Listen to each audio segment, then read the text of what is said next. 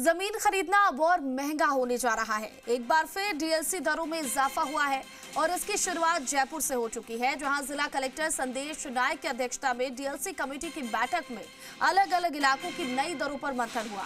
अधिकांश क्षेत्रों में 5 से 40% तक और कुछ चुनिंदा कॉलोनियों में 49% तक डीएलसी बढ़ाने के प्रस्तावों को सैद्धांतिक मंजूरी दी गई।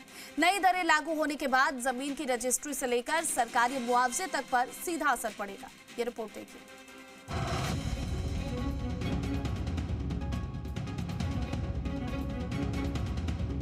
4 माह बाद फिर से जमीनों के डीएलसी दरों में इजाफा होने जा रहा है।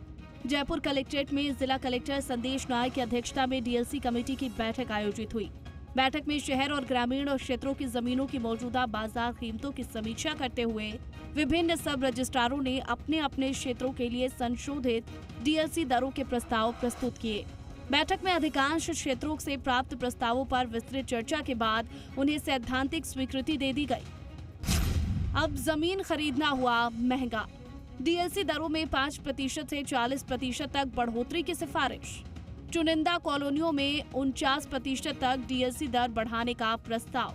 बैठक में शहरी क्षेत्रों की उन जमीनों पर विशेष फोकस किया गया जहां वर्तमान बाजार मूल्य और सरकारी डीएलसी दरों में बड़ा अंतर है।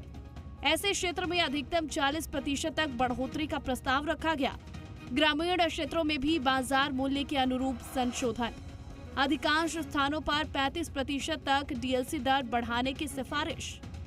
कलेक्टर संदेश नायक ने बताया कि कुछ क्षेत्र की डीएलसी दरों में 50% से अधिक बढ़ोतरी का प्रस्ताव आया है, तो ऐसे प्रस्तावों को अंतिम निर्णय के लिए राज्य सरकार के पास भेजा गया है।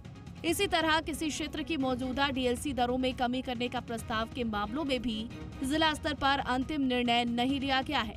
इन प्रस्तावों को भी आवश्यक परीक्षण और स्वीकृति के लिए राज्य सरकार के पास भेजा गया है।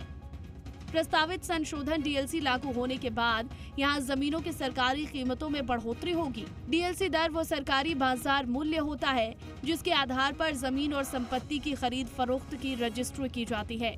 किसी भी संपत्ति की रजिस्ट्री डीएलसी दर से कम मूल्य पर नहीं हो सकती। आवासीय और व्यावसायिक श्रेणी के साथ साथ सड़क की चौड़ाई के अनुसार भी डीएलसी दरें अलग अलग निर्धारित की जाती हैं। डीएलसी दरों का महत्व केवल रजिस्ट्री तक सीमित नहीं है। सरकार द्वारा भूमि अधिग्रहण की स्थिति में किसानों और भूस्वामियों को दिए जाने वाले मुआवजे के निर्धारण में भी डीएलसी दर महत्वपूर्ण आधार होती है।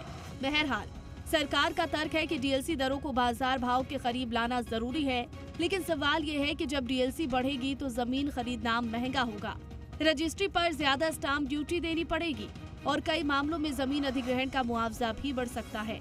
यानी एक फैसला जो सरकारी खजाने की आय बढ़ाएगा, लेकिन आम खरीदार की जेब पर भी सीधा असर डालेगा। अब निगाहें राज्य स्तरीय डीएलसी कमेटी की अंतिम मंजूरी पर हैं।